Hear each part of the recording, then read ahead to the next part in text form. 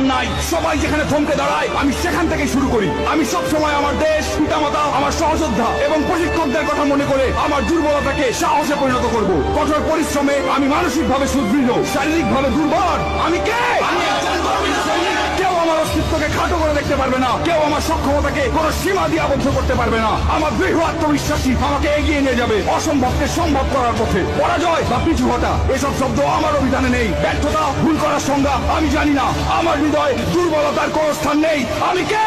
আমি একজন গর্বিত সৈনিক। আমার সাথে আমার সহযোদ্ধারা আছে। ঘাম, রক্ত আর অশ্রু বিসর্জন দিয়ে জীবন বাজি রেখে তারা আমার পাশে থাকবে। আমি কখনোই তাদের শত্রুর সামনে মাথা নিচু হতে দেব না। আমি হাসি মুখে যুদ্ধক্ষেত্রে ঝাঁপিয়ে পড়বো। যুদ্ধক্ষেত্রে আমার উপস্থিতি হবে আক্রমণাত্মক এবং হিংস্র। শত্রু আমাকে দমিয়ে রাখতে পারবে না। সাহারিয়া পহলায়া গেল